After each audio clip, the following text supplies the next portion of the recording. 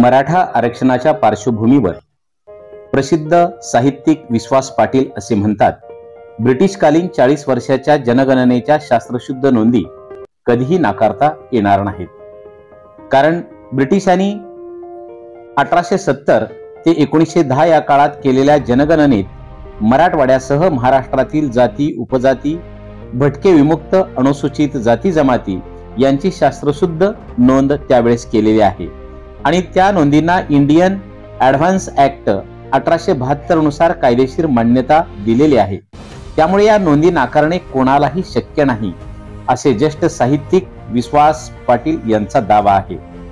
खरं तर 1881 मध्ये ब्रिटिशांनी सर्वप्रथम आधुनिक पद्धतीने आपल्या भारतातील आणि महाराष्ट्रातील जातीनिहाय सर्वेक्षण केलेलं होतं. पुण्यातील जनगणना महात्मा फुले यांच्या देखरेखीखाली झालेली आहे असाही इतिहास आहे आणि छत्रपती संभाजीनगर, नांदेड, बीड, धाराशिव अर्थात उस्मानाबाद, लातूरसह परभणी आणि बिदर जिल्ह्याची सविस्तर जातीनिहाय आकडेवारी आज सुद्धा अशीच उपलब्ध आहे.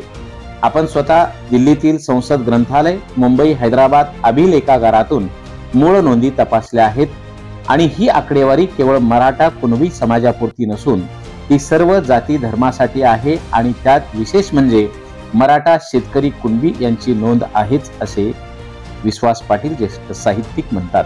भारताच्या पहिल्या नियोजन आयोगाने आणि अनुसूचित जाती आयोगानेही ब्रिटिश नोंदी पुराव्यास मान्यता दिली होती असे विश्वास पाटील म्हणतात.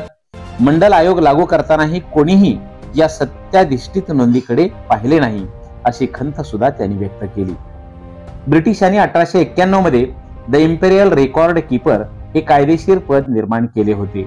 या सर्व रेकॉर्डला कायदेशीर दर्जा आहे, यामुळे या नोंदी कोणालाही नाकारता येणार नाहीत. एखाद्या नदीवरचा पूल ब्रिटिशकालीन असेल तर त्याची मोजमापे आजही ॲडव्हान्स म्हणून गृहीत धरली जातात.